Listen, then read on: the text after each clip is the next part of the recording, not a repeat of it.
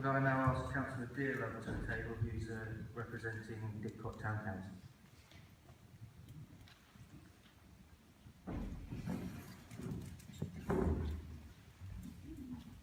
Thank you, Chairman. I sit before you tonight as the current Chairman of Didcot Town Council's Planning Committee and the representative of Didcot Town Council and the representative of the leader of Didcot Town Council, Councillor Service. You've heard from East Hagbourne Parish Council and you will shortly hear from Save the Green Gap organisation and the District Ward Member. Didcot Town Council fully supports all three in their refusal of this application. The residents of Didcot are growing to accept the predicted doubling in size of our town over the next 15 years or so. Didcot will have an important role to play in the investment in Science Vale and our new status as a garden town. Through this process, we must endeavour to protect the surrounding villages from urbanisation and integration into Didcot. This application will see the loss of the last remaining open space between Didcot and East Hagbourne, something once gone we will never get back. The MPPF contains a presumption in favour of sustainable development. The officer's report makes reference to the lack of the 5-year land supply in Didcot and the rest of the district, but it also clearly states that this is not an infill site and it is not allocated in the local plan. Contradictory to the officer's report is Didcot Town Council's view that the proposed development would cause significant demonstrative harm that would far outweigh any benefits. Thus, it would stand up to a subsequent appeal if the application was refused tonight. SODC's countryside officer in paragraph 316 expresses concern about the lack of green space infrastructure in Didcot, referring to the Didcot Green Space Network feasibility study by Chris Blanchford Associates. It reported in 2008 and forms one of SOD's current evidence studies.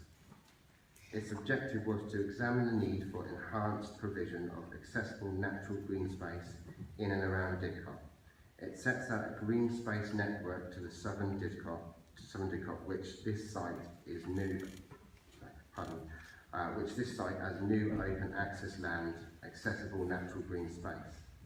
The stated purpose in paragraph 6.4.4 is to help integrate planned and potential urban extensions functionally and aesthetically into the urban-rural fringe context.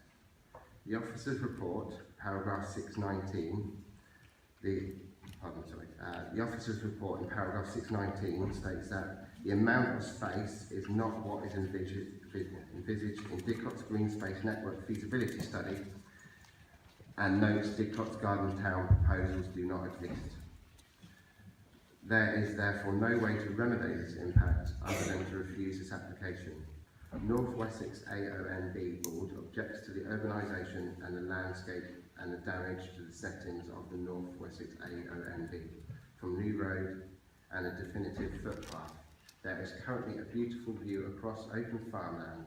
The MPPF itself, in paragraph 60, states it is, however, proper to seek to promote and reinforce local distinctiveness, and this is what we should do. Villages across Oxfordshire have seen sizable developments of houses and doing their part in helping to deliver the government's housing targets. And East Hagbourne Parish Council, I'm sure, will be willing to do their part through their emerging neighbourhood plan. The application before you is very different to most, and we must be given additional weight. After all, this is not a development on the fringe of a village, but it is the adjoining of a village to a major town. With no clear gap where Didcot ends and East Hagbourne begins, the village is at risk of losing its individuality and becoming another named suburb of Didcot. With the development of 170 houses likely to regenerate additional couple of hundred traffic movements a day, due to the location, the vast majority will need to use the Jubilee roundabout, whether it's in schools, doctors' surgeries, Didcot parkways, supermarkets, town centre, and just about anywhere they will need to go. I would like to remind the committee that this is the roundabout. There's a reason we now have buses travelling down, or will now have buses travelling down a residential street to avoid the traffic. Recent reports have suggested the proposed site to Grainger North East, and more importantly, the former power station site may not be viable. The approval of this location in East Hagbourne is likely to increase the unviability of these sites through further marking and offering buyers a preferred location. Where is the sense in the environmental benefit of using prime agricultural land when we have a substantial brownfield site? I would like to thank the Save the Green Gap organisation and their supporters for all their hard work over the last year. It's been quite clear to me that their superb campaign is not NIMBYism, but about protecting the identity and the individuality of that village of East Hagbourne. I ask the committee to listen intently to tonight's speakers and make the right decision to save the Green Gap.